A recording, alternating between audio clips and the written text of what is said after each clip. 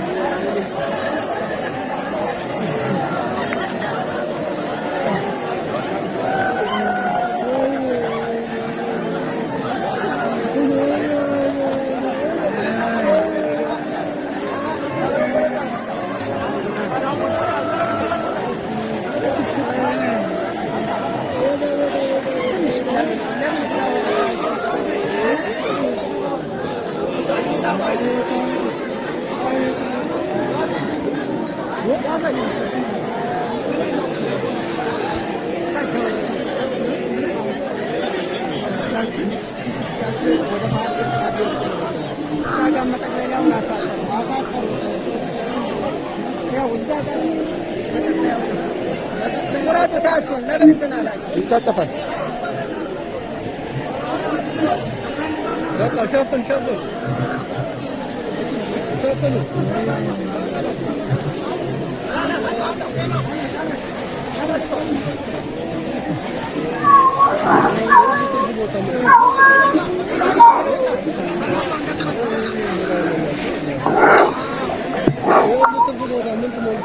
እዩት የጅምላው መቃብር እዩት።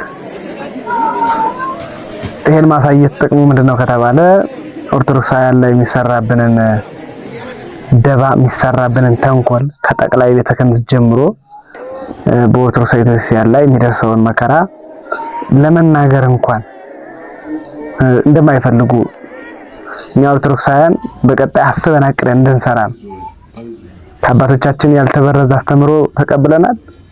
አንዲት ኦርቶዶክሳዊት ቤተክርስቲያንን ተቀብለናታል።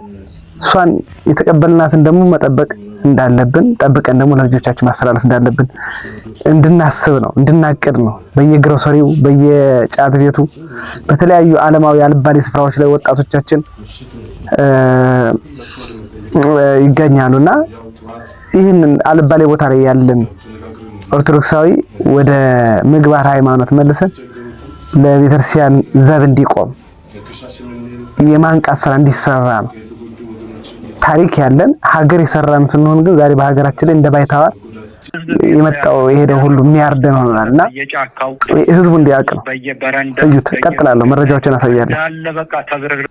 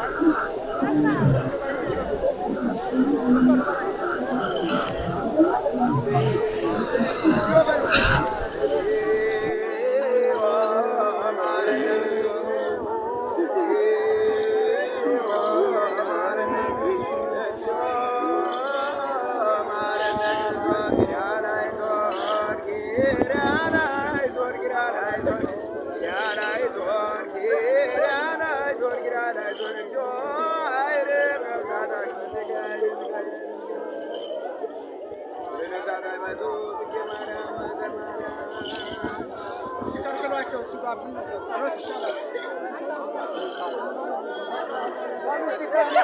you.